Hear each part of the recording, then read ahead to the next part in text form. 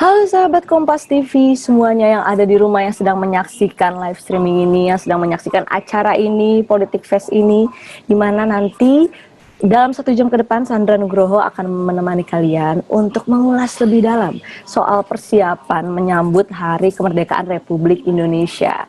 Jadi Sandra akan mengulas nih, kira-kira nanti upacaranya seperti apa, karena mungkin berbeda dari pandemi saat ini dengan tahun-tahun sebelumnya. Bersama Sandra sudah ada Bapak Dr. Haji Muhammad Asrorun Niam Soleh MA. Bapak, halo Bapak. Bapak Niam. Oh, mau dipanggilnya Mas Niam. Mas Niam ya, betul? Ya, Mbak Sandra. Mas Niam ini merupakan Deputi Bidang Pengembangan Pemuda Kemenpora Indonesia, benar ya Mas ya? Ya. Mas Niam, apa kabar Mas? Dalam keadaan baik? Sehat. Ini sedang mengikuti proses pelatihan teman-teman Paskibraka.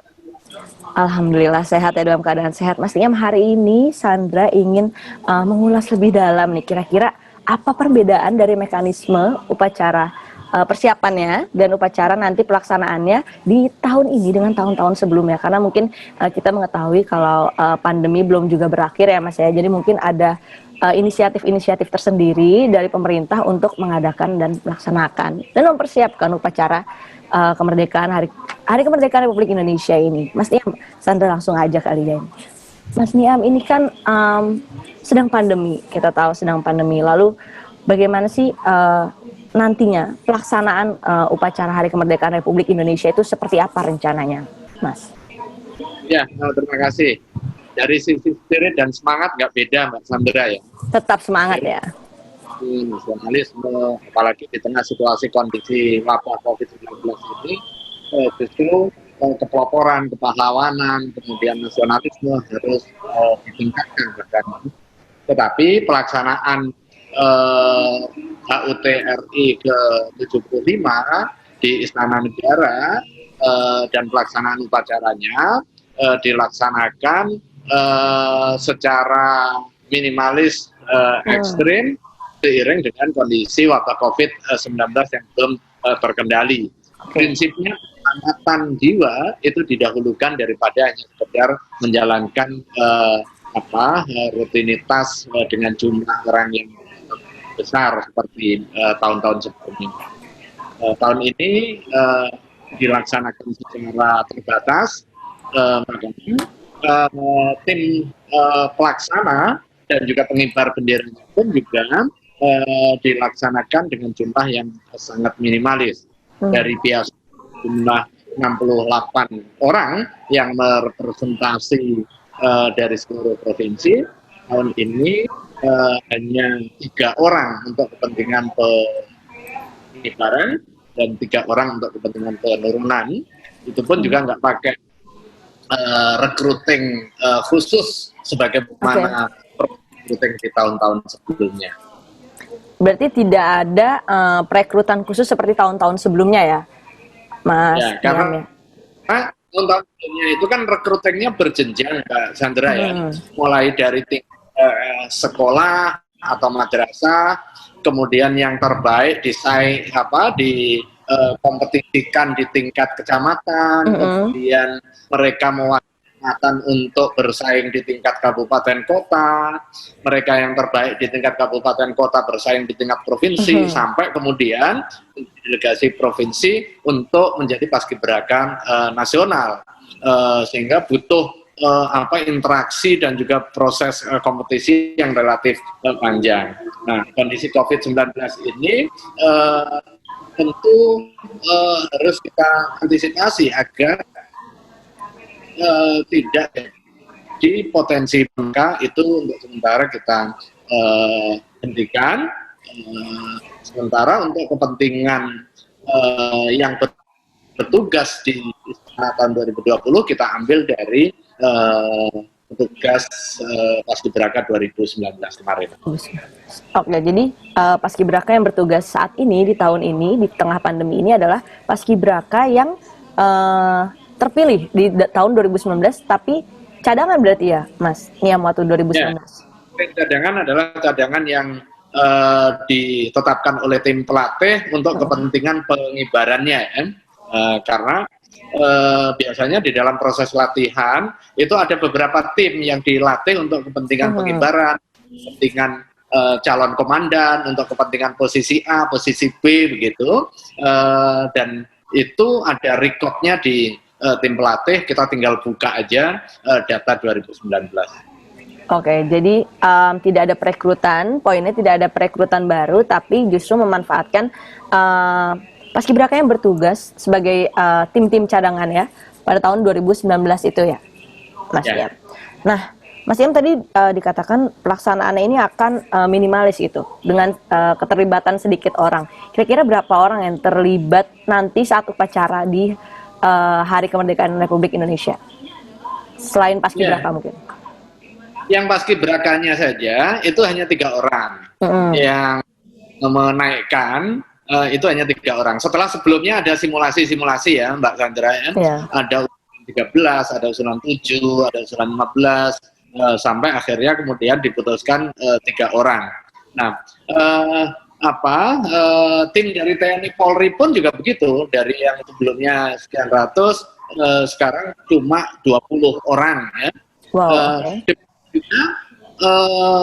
Undangan, jadi tidak ada undangan seperti tahun-tahun sebelumnya yang hadir di istana. Itu pun juga Presiden beserta Ibu, kemudian Wakil Presiden beserta Ibu, paling Panglima TNI, Kapolri, dan juga pejabat yang bertugas. Yang lain para menteri itu juga gabung secara virtual di kantor masing-masing. Berarti perbedaannya dengan tahun-tahun sebelumnya itu tidak ada undangan dan juga jumlah yang terlibat semakin sedikit. Sisanya itu berarti virtual ya gabungnya ya, Mas Niam ya. Oke. Siapa saja di antara tadi kan tiga orang ya pengibar bendera, itu siapa saja Mas nama-namanya Mas? Ya, terima kasih. 8 orang itu kita peroleh dari tim pelatih yang melakukan proses pemantauan dan juga pendampingan tahun 2019. Itu ada 8 orang yang merepresentasi 8 provinsi. Yang pertama Aceh, itu Indrian Puspita Ramadhani. Kemudian yang kedua dari Sumatera Utara, itu ada Silvi Kartika Putri. Kemudian dari Bengkulu, itu Sudrajat. Kemudian dari Kalimantan Selatan, itu Asri Maulana. Kemudian ada dari NTB itu namanya Muhammad Azan. Kemudian ada dari Sultra, Sulawesi Tenggara, itu si Arif Wijaya ya. Kemudian yang ke-8 dari Bali, itu Sangra ya, Gusti Agus Bagus Kadek Sangra Wira Adinata, atau dipanggil biasanya Sangra. Dan ke-8-nya itu terus berlatih, latihan baris berbaris, kemudian latihan mental, kemudian juga pembekalan terkait dengan kepemimpinan gitu ya, selama diklat di Jakarta. Oke, jadi ada 8 orang yang disiapkan untuk pengibar bendera, tapi yang nanti hanya 3 orang saja berarti ya, Mas Niam yang bertugas untuk pengibaran itu 3 orang. Mungkin modelnya kayak ini Mbak, kayak dulu kita upacara waktu SD, SMP, SMA itu kan 3 orang yang mengibarkan. Jadi 3 orang yang bertugas di pagi hari, 3 orang yang bertugas di sore hari, dan 2 orang disiapkan untuk cadangan. Oh, jadi mekanismenya seperti itu ya, 3 orang yang bertugas di pagi hari, 3 orang untuk sore hari, lalu 2-nya untuk cadangan. Berarti ya Mas Niam. Itu nama-namanya apakah sudah dipilih pembagiannya oleh Kemenpora atau belum? Sekarang proses latihan dilakukan simulasi, siapa yang bertugas, siapa yang cadangan, itu pada saat hari H ketahuan, pada saat bertugas. Oke. Jadi baru pemilihannya di hari H. Diketahui. Yang jelas sekarang formasi semua dilakukan proses pelatihan.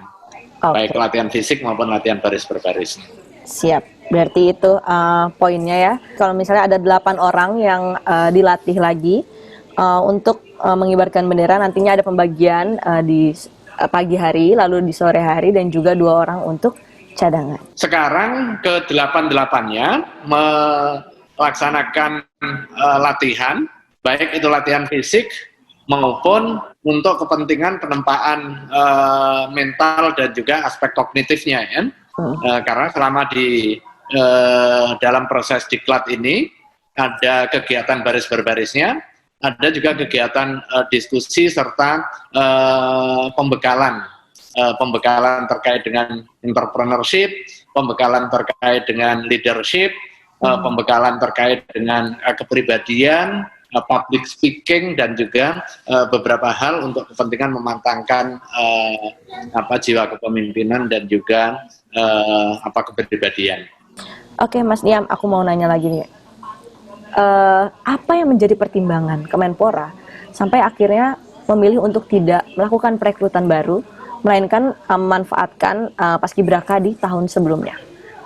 Mas Niam. Ya, pertimbangannya semata untuk kepentingan keselamatan, kepentingan untuk menjalankan protokol kesehatan, dan juga wujud kontribusi kita di dalam memutus mata rantai COVID-19.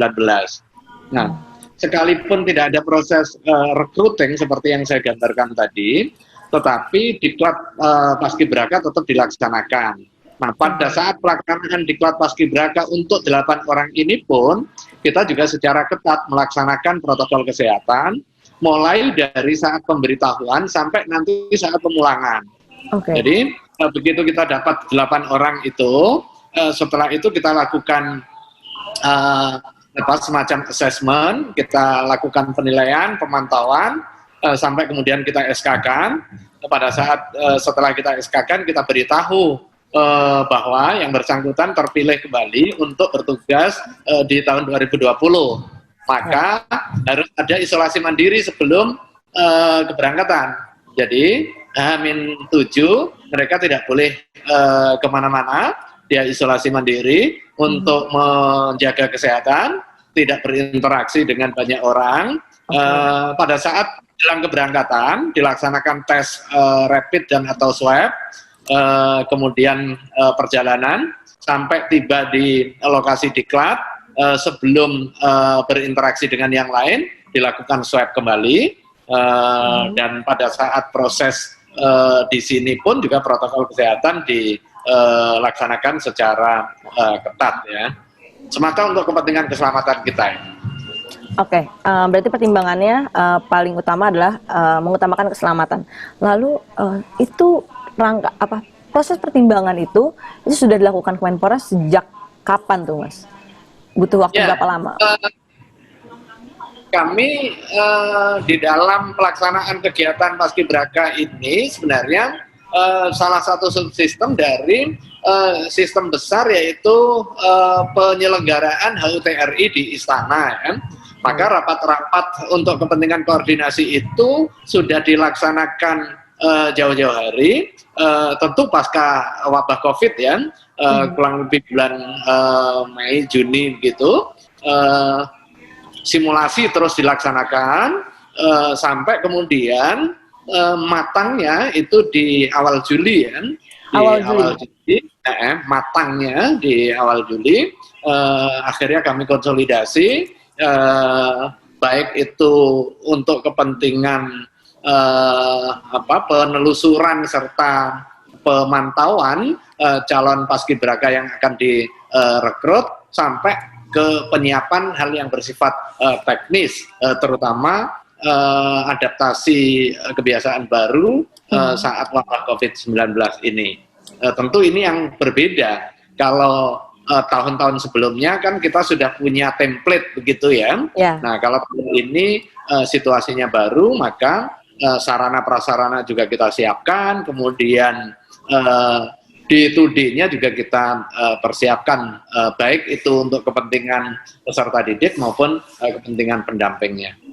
Oke, jadi secara matang itu di awal Juli baru memulai proses untuk pemanggilan kembali ya kepada para paskibraka. Dan secara efektif pelatihannya pun juga relatif lebih pendek. Biasanya kan 1 bulan penuh ya. untuk kali ini kita laksanakan total 16 hari, mulai tanggal 4 sampai tanggal 19 nanti. 4 sampai 19 ya, Mas. Betul, berarti ya. 16 hari. Karena biasanya 1 bulan berarti ya di tahun-tahun sebelumnya. Ya, biasanya 1 bulan benar.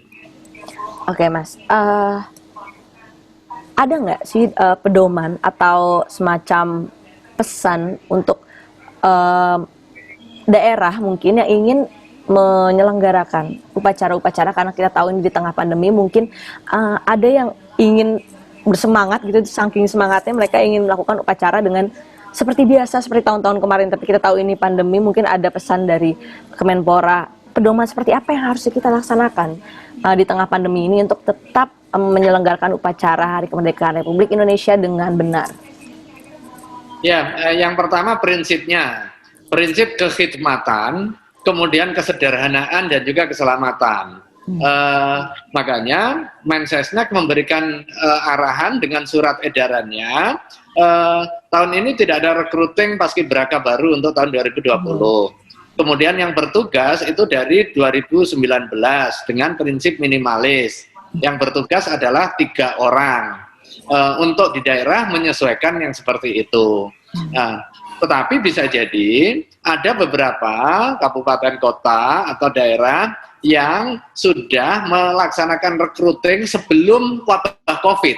Okay. Ya. Wabah COVID kan bulan Maret, bisa jadi ada daerah yang melakukan recruiting di Januari misalnya atau Februari. Itu bisa menjadi resource untuk kepentingan paskibraka di 2020.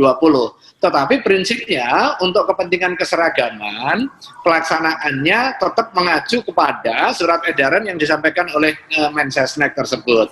Nah, surat Mensesnek itu kemudian kita tindak lanjuti dalam bentuk surat dari Deputi Pengembangan Pemuda, Kementerian Pemuda dan Olahraga, agar menjadi panduan sekaligus juga pedoman bagi daerah di dalam pelaksanaan upacara Hari Ulang Tahun RI yang ke-75.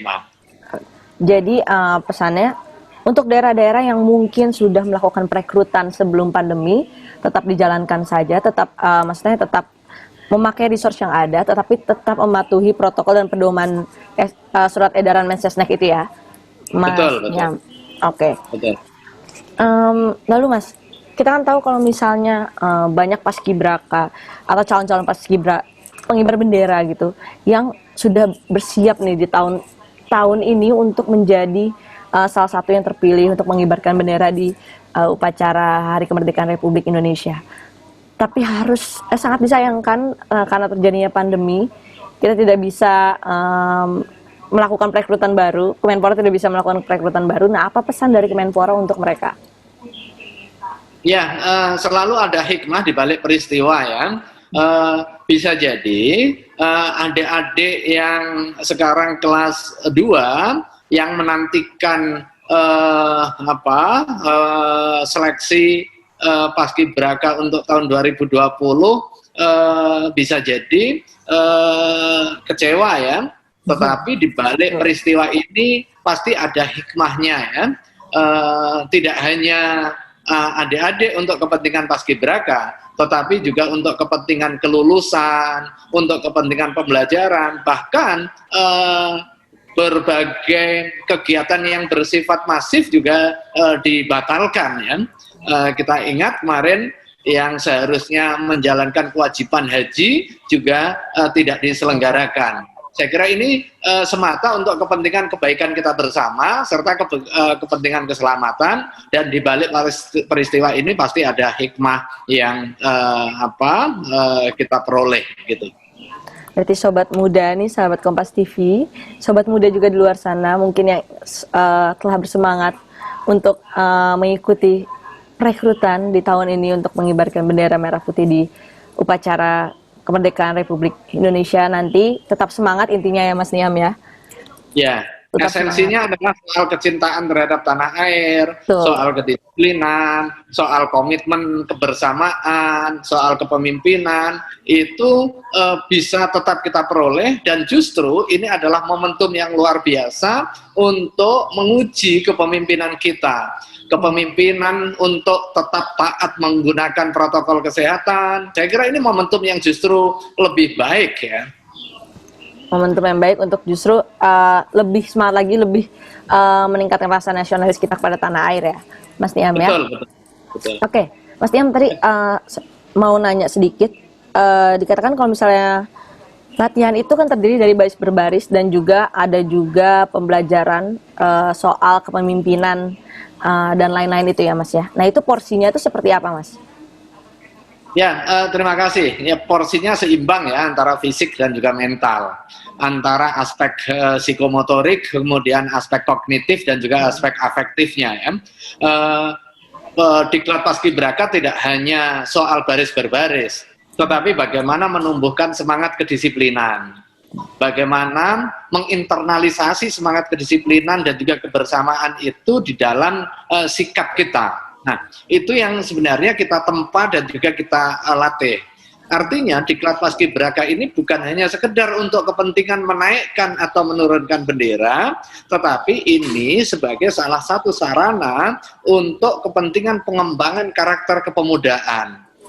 Mulai dari aspek entrepreneurship, aspek leadership, aspek public speaking, dan juga hal-hal yang terkait dengan karakter yang baik di kalangan anak muda, soal kejujuran, soal kebersamaan. Ini nggak mungkin bisa terpilih kalau tidak terbangun kebersamaan di dalam satu tim. Ketika dia pinter tetapi menonjolkan diri, pasti oleh pelatih dilihat dan itu dipangkas, tidak terpilih. Maka spirit kebersamaan, spirit mendahulukan orang lain, spirit sportivitas itu dilatih menjadi sebuah value. Kalau ini terbentuk di pribadi-pribadi individu kaum muda, saya kira ini aset yang luar biasa untuk kepentingan kepemimpinan nasional ke depan. Oke. Berarti tidak hanya secara fisik dan juga tidak hanya secara kekompakan baris berbaris, tapi juga Kemenpora ingin 8 orang ini siap secara mental untuk bisa menjadi pribadi yang lebih baik, pribadi yang lebih tangguh dan mengetahui banyak hal juga, dan dengan jiwa kepemimpinan yang tinggi ya, berarti. Betul. Sekedar contoh saja Mbak ya. Kenapa penentuan yang bertugas itu pada saat hari H, bisa jadi latihannya bagus, dia paling disiplin misalnya, tetapi kalau pada saat hari H nanti kelihatan grogi, misalnya dilihat pegang tangan aja, dingin, maka dia langsung diganti. Artinya dia belum cukup kuat dari sisi mental untuk bertugas. Nah, sampai sedetil itu di dalam mekanisme penetapannya. Makanya kalau tadi ditanya apakah sudah definitif si A, si B, si C yang bertugas, itu belum sampai nanti pada saat pelaksanaan pengibaran bendera. Berarti itu juga salah satu cara Kemenpora, salah satu taktik Kemenpora untuk justru lebih mempersiapkan calon-calon paskibraka ini agar lebih siap, dan memang pasti yang nantinya dipilih di hari H itu merupakan pribadi-pribadi yang secara matang siap untuk mengibarkan bendera merah putih, benar ya Mas Niam ya? Betul. Ya. Oke Mas Niam, terakhir nih, mungkin sudah sering ketemu dengan paskibraka, namun saya pengen dengar dong apa pesan Mas Niam untuk para calon-calon paskibraka ini agar tetap secara matang, kuat secara mental, fisik dan mental untuk bisa mengibarkan bendera merah putih di hari kemerdekaan Republik Indonesia nanti. Terima kasih bagi rekan-rekan calon pasukan pengibar bendera tahun 2020 dimanapun Anda berada, tetap semangat di tengah kondisi wabah COVID-19. Kita harus meningkatkan komitmen nasionalisme kita, komitmen untuk disiplin menegakkan protokol kesehatan, disiplin mengikuti latihan, dan juga disiplin berkontribusi untuk memutus mata rantai COVID-19 guna mewujudkan Indonesia yang lebih maju dan juga jaya. Terima kasih. Oke, terima kasih Mas Niam, Deputi Bidang Pengembangan Pemuda Kemenpora Indonesia atas pesannya dan juga ceritanya. Semoga lancar-lancar ya Mas, sampai hari H nanti, Hari Kemerdekaan Republik Indonesia, semuanya berjalan lancar. Kita juga bisa memutus segera nih rantai COVID-19 ini. Semoga apa yang diupayakan oleh Kemenpora dapat berbuah dan berhasil menghasilkan hal yang baik di upacara nanti. Terima kasih Mas Niam atas waktunya, dan sebentar lagi Terima kasih sahabat Sandra ya. Terima kasih. Sama-sama, Sobat Muda. Sebentar lagi Sandra akan mewawancarai calon-calon paskibraka yang kata Mas Niam ini sudah melakukan pelatihan-pelatihan secara matang, secara fisik maupun secara mental. Jadi tetap bersama Sandra ini, karena Sandra sebentar lagi akan mewawancarai mereka. Halo Sobat Muda semuanya, ini udah ada bersama Sandra Nugroho. Sesuai yang Sandra janjikan tadi, sudah ada paskibra, calon-calon paskibranya. Ini ada Sudrajat dan juga Indrian, silakan say halo. Halo Kak. Halo Kak. Halo. Nah, Sudrajat dan Indrian silahkan perkenalkan diri masing-masing. Mungkin Indrian dulu. Siap, izin memperkenalkan diri. Nama Indrian Puspita Rahmadani, asal Provinsi Aceh. Siap, izin memperkenalkan diri. Nama Sudrajat Prawijaya, asal Provinsi Bengkulu. Dari Bengkulu dan juga Aceh ada Sudrajat dan juga Indrian. Nah, kita akan mengulas lebih dalam mereka itu latihannya ngapain aja, mereka itu menjalankan apa di sana, dan bagaimana ceritanya mereka bisa menjadi calon paskibra yang akan bertugas nanti di upacara Hari Kemerdekaan Republik Indonesia. Mungkin aku bakal tanya ke Indrian dulu. Indrian. Siap Kak. Aku manggilnya apa nih? Indrian atau Puspita? Indri, Kak. Oh, Indri, oke. Indri, kamu kan seperti yang kita ketahui tadi sudah dijelaskan oleh Mas Niam juga, kalau misalnya kamu itu tim dari tahun lalu ya. Siap. Nah, apa sih tanggapan kamu setelah tahu kalau ternyata kamu punya kesempatan lagi untuk bisa mengibarkan bendera merah putih di nanti upacara Hari Kemerdekaan Republik Indonesia? Siap, izin menjawab. Pastinya saya merasa senang dan bersyukur sekali karena dulu tuh saya berpikir kalau menjadi anggota Paskibraka itu hanya bisa sekali seumur hidup. Tapi saya diberi kesempatan ini 2 kali dan insya Allah saya akan melaksanakan tugas ini dengan baik, Kak. Nah, tadi dari Indri, sekarang dari Sudrajat, manggilnya apa nih? Siap, Derajat Kak. Derajat, oke. Kalau dari Derajat gimana tanggapannya tuh pertama kali? Siap, Alhamdulillah Kak, senang bisa terpilih lagi dan dipanggil lagi Kak untuk menuju ke istana lagi. Terutama Kak, Derajat ingin mengucapkan terima kasih banyak Kak kepada keluarga yang selalu support Derajat, kemudian kepada pihak sekolah SMA Negeri 4 Rejang Lebong, kemudian kepada Dispora Kabupaten, kemudian kepada Bupati, Dispora Provinsi, dan Kemenpora Kak. Dan Derajat juga ucapkan terima kasih kepada kakak pembina dan kakak pelatih yang telah membimbing dan melatih kami Kak. Nah yang pastinya Kak, Derajat terpilih lagi walaupun dalam keadaan begini, Derajat pasti selalu tetap semangat dan jikalau negara memanggil, Derajat siap Kak, gitu kan Kak. Jadi yang negara memanggil, Derajat juga siap. Oke, Indri juga siap ya intinya ya. Siap Kak. Untuk mengibarkan bendera merah putih nanti di upacara kemerdekaan Republik Indonesia. Nah, tahun lalu itu sebenarnya kalian bisa ceritain nggak sih prosesnya seperti apa? Dan pasti beda kan dengan perekrutan tahun ini gitu kan. Kalau tahun ini kalian mungkin dikasih tahu kalau misalnya kalian punya kesempatan lagi. Nah, tahun lalu kita pengen denger nih, tahun lalu tuh seperti apa prosesnya? Mungkin Derajat bisa jelaskan? Siap, bisa Kak. Kalau tahun lalu Kak, itu tahap rekrutmennya itu kami dari mengikuti seleksi di tingkat sekolah dulu Kak. Kemudian kami baru naik ke tingkat kabupaten. Lanjut terus naik ke tingkat provinsi. Nah habis itu baru deh Kak ditentukan satu pasang perempuan dan laki-laki itu yang namanya akan mewakili Provinsi Bengkulu untuk menuju ke tingkat nasional gitu Kak. Itu kalau yang tahun lalu Kak. Oh, berarti kamu itu baru bawa ke Jakarta gitu untuk latihan ya, berarti tahun lalu itu setelah terpilih dua wakil berarti dari Bengkulu. Siap, ya Kak. Kalau tahun lalu 2 wakil Kak. Kalau tahun lalu. Oke, berarti nah kalau misalnya itu kan proses tahun lalu. Nah proses tahun ini nih dari diberitahu sampai akhirnya ke Jakarta itu seperti apa? Indri mungkin bisa jelaskan? Siap, kalau tahun ini mungkin prosedurnya berbeda sekali sama yang tahun lalu. Kalau tahun ini semuanya secara virtual, Kak. Jadi kita menggunakan aplikasi juga bersama kakak pelatih dan kakak pembina. Mungkin wawancara. Kita yang 8 orang ini diwawancarai, terus diminta PBB, bisa jalan di tempat, langkah tegap maju gitu Kak. Siap, itu aja Kak. Oh, oke. Jadi kalau tahun ini lebih virtual aja ya. Maksudnya step-stepnya tidak bertemu secara langsung, tidak bisa berinteraksi secara langsung, tidak bisa diajak secara langsung juga, tapi melalui virtual semua sampai akhirnya kalian di Jakarta nih jadi satu ini. Siap ya Kak.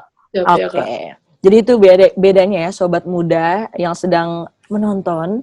Bedanya adalah kalau misalnya tahun lalu itu lebih jelas step by stepnya dari tingkat sekolah, terus ke kabupaten, terus akhirnya bisa ke provinsi, sampai akhirnya ke Jakarta, dan interaksinya juga lebih banyak secara langsung. Tapi kalau misalnya tahun ini lebih ke virtual semua persiapannya. Oke. Nah, aku mau tanya karena aku penasaran nih.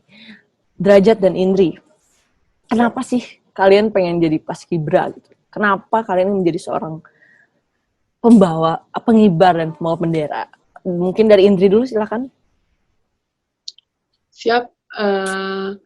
Indri termotivasi ingin menjadi paskibraka itu waktu pertama masuk SMA. Jadi ceritanya hari pertama masuk SMA kan Senin.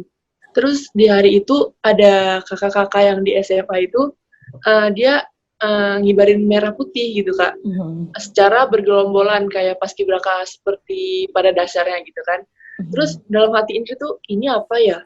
Kok pada pakai baju putih? Terus, kok keren banget sih? Ini kok bisa samaan gini sih geraknya gitu. Terus setelah Indri cari tahu lebih dalam lagi, di sekolah Indri tuh ada organisasi juga namanya PPS, Paskibraka Sekolah gitu Kak. Terus Indri masuk di organisasi itu, dan setelah Indri belajar PWW ini itu segala macam sama seniornya Indri, terus Indri baru lanjut ke kabupaten, provinsi, dan akhirnya ke nasional. Oke, jadi motivasinya justru awalnya melihat kakak-kakak nih senior-senior waktu SMA mengibarkan bendera merah putih di hari upacara berarti ya? Ya. Kompak sekali gitu, ingin menjadi salah satu bagian dari itu. Oke, itu kalau dari Indri. Dari Derajat mungkin? Siap Kak, izin jawab. Kalau Derajat Kak, termotivasinya dari waktu Derajat masuk SMP Kak. Derajat melihat kan Kak, ya terus sama kayak Indri pada masuk pertama kali sekolah, itu kan ada kayak pasukan gitu. Oh, rame kali, mana rapi, mana gagah-gagah, ganteng-ganteng, cantik gitu kan Kak. Wah, keren. Bisa nggak ya kalau aku ngikuti dalam baris itu gitu kan.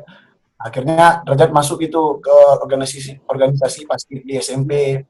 Kemudian lanjut ke tingkat SMA enggak, namanya organisasi P2BS itu organisasi paskib sekolah kan Kak. Nah di sana Derajat dilatih juga, kemudian terus untuk dipilih dari sekolah itu untuk mengikuti ke tahap kabupaten. Wah itu sangat bangga aja, udah ke tahap kabupaten udah bangga Derajat kan Kak. Jadi kabupaten aja udah bangga itu ya pertama kali ya. Kak, ya. Kemudian alhamdulillah lagi, wah terpilih lagi menuju ke provinsi. Waduh, alhamdulillah provinsi lagi, alhamdulillah gitu kan Kak. Ya udahlah kalau memang di provinsi, wah ini sudah sangat bersyukur gitu kan Kak. Setelah selesai tes seleksi seminggu kemudian, akhirnya ada informasi gitu kan Kak, nama satu pasang laki dan perempuan. Dan yang keluar muncul namanya itu nama Derajat Kak. Waduh, akhirnya dan gitu kan Kak, alhamdulillah sangat bersyukur kepada Allah, Derajat ucapan terima kasih banyak kepada semua gitu kan, alhamdulillah kalilah bisa nyampai ke nasional gitu akhirnya. Dari situ Derajat sangat bersyukur Kak gitu kan Kak. Oke, kalau Derajat tadi dari SMP, Indri dari SMA. Ya, tapi motivasinya sebenarnya sama ya, karena melihat Ya, Kak. Suasana dan semangatnya para pengibar bendera di hari upacara sebenarnya sederhana. Motivasi mereka ini cuma sangat-sangat dapat membuat mereka menjadi seperti sekarang ini, membuat semangat mereka tetap berkobar seperti sekarang ini. Nah, aku mau nanya lagi nih. Kalian kan sekarang sudah di Jakarta nih, ya kan? Dan menjalankan latihan-latihan. Nah, latihannya apa aja sih? Mungkin Derajat bisa jelasin selama di Jakarta ini persiapannya seperti apa? Kalau latihan di sini Kak, itu latihan gerakan, kemudian untuk menyamakan lagi kan Kak, karena udah satu tahun lebih ya Kak, kita ketemu latihan juga yang pastinya udah pasti gerakannya berbeda-beda gitu kan. Nah, jadi kami latihan di sini untuk pertama menyamakan gerakan kami dulu Kak. Itu ada namanya nge-track, kami dilatih sama pelatih dan lurusan gitu. Jadi harus menyamakan dulu. Kemudian habis itu baru kami diturunkan ke lapangan untuk langsung latihan mengibarkan bendera itu Kak. Nah, jadi itu tahap latihannya di sini Kak. Oke, jadi utamanya latihan baris berbaris dan kekompakan aja ya berarti sebenarnya. Nah, Indri nih aku mau tanya. Indri, kan ini tadi latihannya kata Derajat baris berbaris, juga ada materi. Seru nggak sih tapi Indri menjadi mempersiapkan semua ini gitu, apalagi di tengah pandemi kan ya, walaupun di tengah pandemi gitu. Siap, pastinya tetap seru Kak, karena bisa kembali kembali melaksanakan PBB gitu, yang udah 1 tahun lebih kan nggak pernah PBB lagi, akhirnya pas udah nyampe Cibubur jadi PBB lagi gitu Kak. Kalau masalah seru nggak serunya ya pasti tetap seru walaupun kita cuma berlapan, ya pastinya semangatnya tetap ada, kompaknya tetap ada. Oke, jadi walaupun cuma berdelapan dan walaupun di tengah pandemi seperti ini, tapi tetap ya semangatnya harus tetap dibangun untuk mempersiapkan upacara nanti. Oke, lanjut lagi. Nah, tadi ngomong-ngomong soal kekompakan nih, kalian kan cuma berdelapan, beda dengan tahun sebelumnya. Gimana cara kalian untuk menjaga kekompakan di tengah pandemi kayak gini? Derajat mungkin bisa menjawab. Siap. Kalau untuk menjaga kekompakan, yang pastinya kita sering komunikasi gitu Kak. Jadi setiap kesalahan yang ada, itu kami bicarakan. Oh, ini salah, jangan diulangi lagi ya. Kakak pelatih kan udah bilang gini katanya kan. Ya, saling ingatkan gitu kan. Kemudian saling melirik gitu kan Kak. Itu tangannya nggak lurus, itu tolong diluruskan gitu. Jadi kalau untuk menjaga kekompakan gitu sih Kak, kalau menurut Derajat kan. Apalagi kalian sudah kenal dari 1 tahun lalu berarti ya? Iya, gitu. Nah, berarti sahabat muda, ini agak unik. Cara menjaga kekompakan mereka itu adalah justru mereka tidak takut untuk saling menegur satu sama lain ya. Untuk menjadi lebih baik dan menjadi lebih kompak lagi. Karena mereka satu tim yang dipilih, ini berdelapan, jadi mereka tidak takut dan tidak segan untuk kayak memberitahu satu sama lain kalau misalnya ada kesalahan. Dan juga saling memperbaiki ya berarti satu sama lain ya, memberi masukan satu sama lain. Oke. Nah, seperti yang kita ketahui kan, tahun ini ada tim yang tidak bisa atau terhambat untuk mengikuti Paskibra ini, karena kan pada akhirnya Kemenpora memilih untuk memanfaatkan kalian lagi untuk bisa menjadi calon pengibar bendera. Apa sih pesan kalian untuk teman-teman di luar sana yang mungkin belum berkesempatan seperti kalian? Silahkan Indri. Siap. Sebelumnya pandemi COVID-19 ini memang mengubah semuanya. Jadi masalah ini harus kita sikapi dengan sabar, tenang, dan harus tetap berpikir positif. Dan untuk mungkin teman-teman yang tidak bisa mengikuti seleksi Paskibraka tahun ini, tetap semangat. Untuk teman-teman, mungkin rezeki atau jalan kalian itu bukan di Paskibraka, mungkin prestasi kalian itu bukan di Paskibraka. Tetap semangat untuk kedepannya, mungkin kedepannya ada lowongan untuk kalian mencari prestasi-prestasi lain. Gitu aja Kak. Dari Derajat, silahkan. Ya, untuk di masa pandemi gini, untuk adik-adik Capaskibra tahun 2020, itu kalian harus tetap semangat. jangan pernah menyerah gitu. Jalan menuju sukses itu tidak hanya di Paskibraka kok, itu banyak kok. Jadi kalian harus tetap semangat, tetap selalu jaga kesehatan juga, keselamatan, keep spirit and never give up. Keep spirit and never give up. Nah, jadi sobat muda nih di luar sana, untuk teman-teman di luar sana yang masih belum berkesempatan untuk menjadi paskibraka, jangan sedih, jangan patah semangat. Jalan masih panjang, masih banyak jalan juga, walaupun di tengah pandemi seperti ini kita harus tetap bersabar, harus tetap mengerti juga dan memahami kalau tidak ada yang mau berada di kondisi pandemi seperti ini ya. Jadi kita semua harus tetap berdoa dan juga tetap mengobarkan semangat rasa nasionalis kita untuk Indonesia, untuk tetap berdoa yang terbaik untuk Indonesia dan juga mereka-mereka yang sudah latihan dan mempersiapkan untuk di hari kemerdekaan Republik Indonesia itu sendiri. Nah, dari Derajat dan Indri, Derajat dulu mungkin, apa harapannya sampai hari H? Mungkin ingin meminta dukungan, silahkan Derajat. Ya, Kak. Dari Derajat untuk hari H nanti, memohon dan mengharapkan doanya dari seluruh pemuda-pemuda Indonesia, rakyat Indonesia, yang terutama juga dari keluarga. Moga-moga nanti pada saat hari H pengibaran atau dan penurunan itu berjalan dengan lancar, tidak ada kendala sedikit pun. Amin, amin ya robbal alamin. Dan semoga kita yang berada sekarang di sini selalu sehat dan walafiat. Amin. Amin. Amin. Oke, dari Indri silahkan. Siap. Mohon doanya untuk kami yang akan melaksanakan tugas pada 17 Agustus mendatang. Mohon doanya kepada teman-teman pemuda Indonesia semua, terutama orang tua saya dan teman-teman saya yang di daerah sana, untuk pelatih-pelatih dan kakak pembina saya yang di Aceh, mohon doanya agar saya melaksanakan tugas ini sebaik-baiknya dan semoga saya tetap sehat sampai hari H dan sampai pulang ke daerah saya. Amin, amin, amin, amin semua untuk doanya. Semoga sukses terus sampai di hari H, tidak ada kendala apapun, lancar-lancar, sehat semua, walaupun di tengah pandemi seperti ini, baik pembina, petugas, maupun nanti yang akan mengibarkan bendera merah putih di upacara Hari Kemerdekaan Republik Indonesia. Terima kasih Derajat, Indri atas waktunya.